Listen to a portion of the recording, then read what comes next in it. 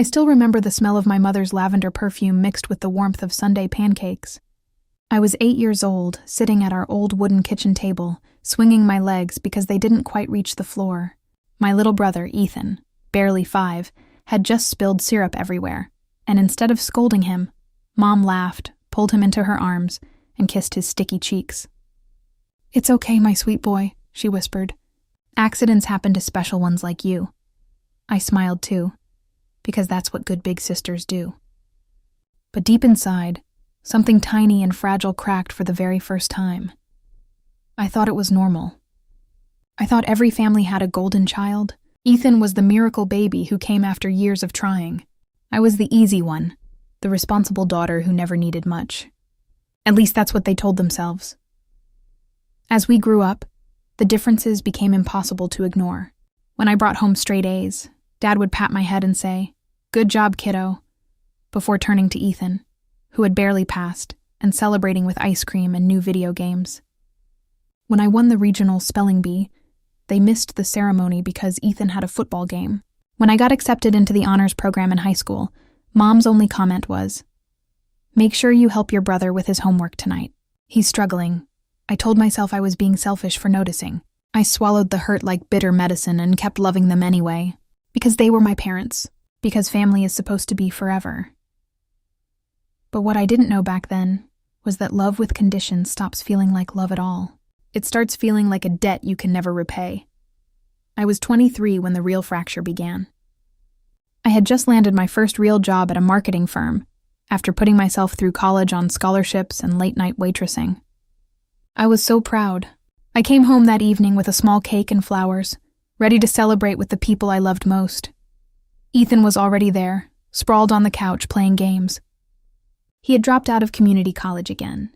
Mom and Dad were fussing over him, asking if he needed money for a new laptop because he's trying to figure things out. I placed the cake on the table and smiled.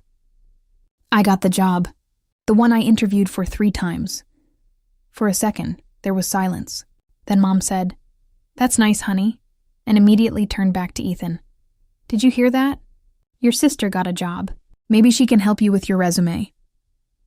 My heart didn't just break that day. It shattered quietly, like glass wrapped in cloth so no one else would hear the sound. The years that followed were a slow unraveling. Every achievement of mine was met with silence or comparison. Every mistake Ethan made was met with excuses and bailouts. When he crashed Dad's car while drunk, they blamed the other driver. When he got fired from 3 jobs in a row, they said the bosses were too harsh. When he asked for $10,000 to start a business, they gave it to him without hesitation, money I knew they had taken from the college fund they once promised me. I was working 60-hour weeks, paying my own rent, my own car, my own everything, while watching my parents drain their savings for a son who gave nothing back. I tried to speak up once. "Mom, I feel like I don't exist here," I said, voice trembling. She looked at me with tired eyes and replied, "Emma, your brother needs us more right now. You've always been so strong. Can't you understand?" Strong. That word became my prison.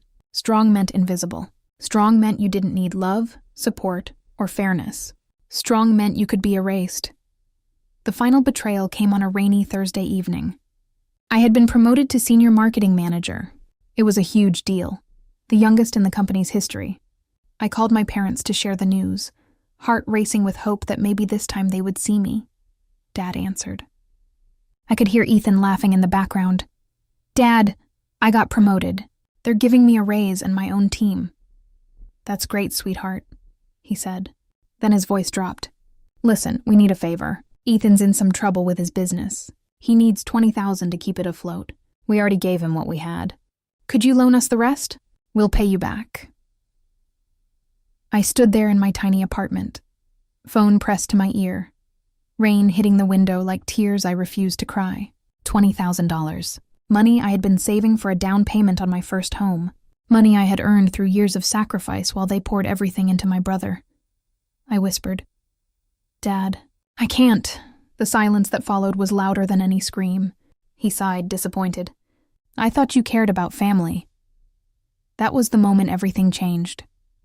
I realized I had been waiting my whole life for parents who would never choose me, and in that painful clarity I finally chose myself.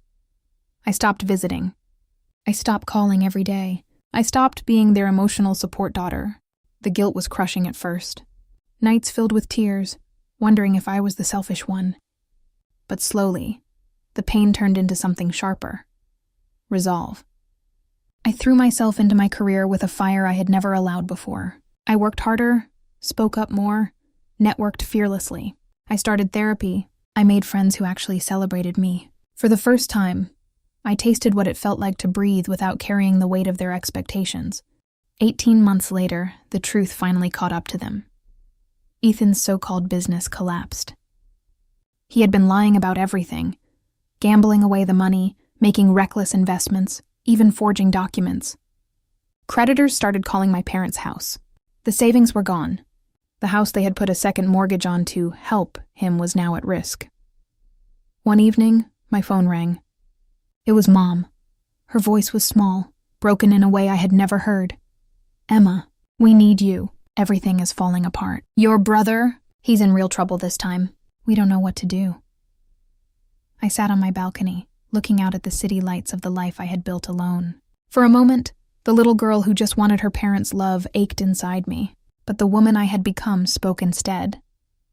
"Mom," I said gently, "I love you, but I can't save you from choices you made for 25 years. I had to save myself first," she cried. She begged. She told me how proud she was of me, how they had taken me for granted, how they wished they could go back. The words I had waited my entire life to hear finally came, but they came too late. I didn't hang up in anger. I simply said, "I forgive you, but I won't let your regret become my responsibility again. I hope you find your way. I really do."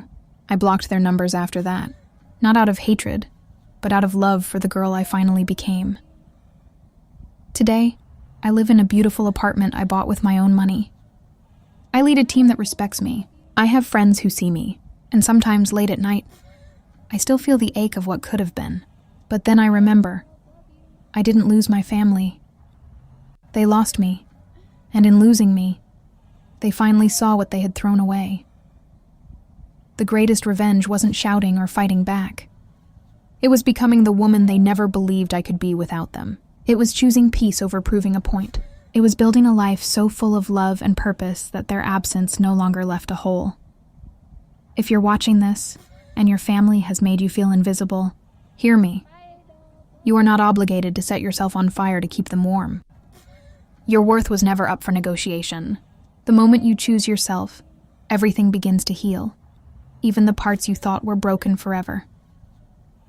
I'm Emma, and this is how I found my way home. To myself. Thank you for listening. If this story touched you, share it with someone who needs to hear they're not alone. Until next time, choose you, always.